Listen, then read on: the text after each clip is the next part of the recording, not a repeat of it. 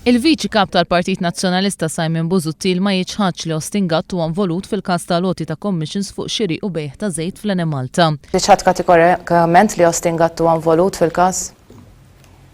Din il-kwistjoni, Ramona, mistoqsijiet ġifieri jibqgħu għaddejjin mill-istess persuna, din imma ħawwiġibha jekk tippermettili. Ħawwiġibha jekk tippermettili. Din il-kwistjoni tinsab taħt investigazzjoni. Minkejja dan waqt konferenza tal-aħbarijiet Busuttil qal li għandu jkun il-poplu li jiddeċidi fl-elezzjoni ġenerali jekk Austin Gatt għandu xi ġor responsabilità politika fuq dan l-iskandlu.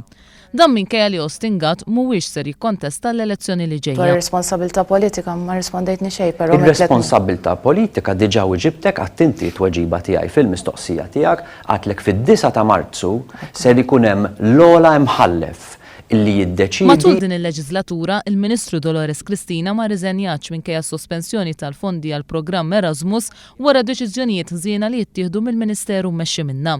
Joe Cassar ma riżenjax minkejja akkużi serji ta' intħil politiku fil-kura li jingħataw pazjenti morda bil-kanċer. Austin Gatt ma riżenjax lanqas minkejja l-iskandi tal-BWSC, tal-Fairmount u minkejja l-falliment tal-Arriva. Minkejja dawn il-każijiet kollha Simon Busuttil iddikjara li l-Partit Nazzjonalista għandu l-awtorità morali biex jitlob għar-riżenji. Fi kliem Busuttil, il-Partit Nazzjonalista qatt ma kellu skandli jew pastażati. U għal-partit li ma tantx kellkom riżenji meta nqala l-inkwiet, semma l-każ ta' Dolores Cristina. Taħseb li għandkom bħala partit l-awtorità morali biex issejħu għar-riżenji ta' nies bħal Tony Zarp u Tony Abela? Għaliex aħna ma kellniex min irriżenja, Chris, għax inti għandkom l-awtorità morali, iva għandi l-awtorità morali. Qatt ma kellna dawn it-tip ta' riżenji li aħna qed nippretendu għaliex qatt ma kellna pastażati u skandli bħal dan. Mistoqsijajt għaliex il-Kummissarju tal-Pulizija ma ħax passi kontra d-deputat mexxej Laburista Tony Abela fuq il-każ tar-recordings li Xandru Busuttil wieġeb dan il-mod. L-ewwel jiena m'iniex qiegħataw biex nitkellem għall-Kummissarju tal-Pulizija għaliex ma ħax passi tistaqsi lill-Kummissarju tal-Pulizija. Fil-konferenza tal-aħbarijiet Simon Busuttil intalab jgħid jekk il-Partit Nazzjonalista wiex lest li jippubblika l-kontijiet finanzjarji mill-2004 l-hawn minn meta Lorenz Gonzi kien inħatar Prim Ministru. Busuttil iżda wieġeb li mhuwiex infurmat dwar dawn il-kontijiet.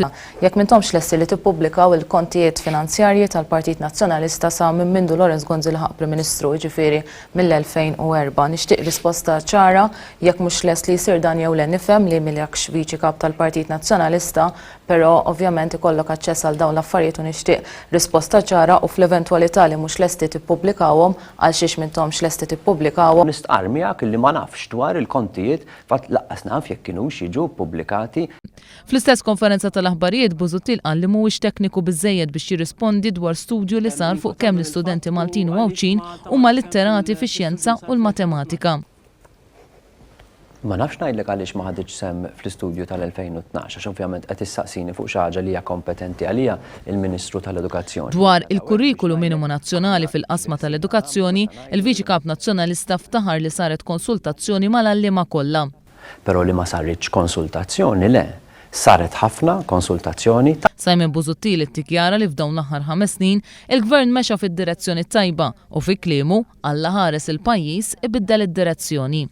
Alla ħares, aħna nbidlu id-direzzjoni ta' dan il-pajjiż.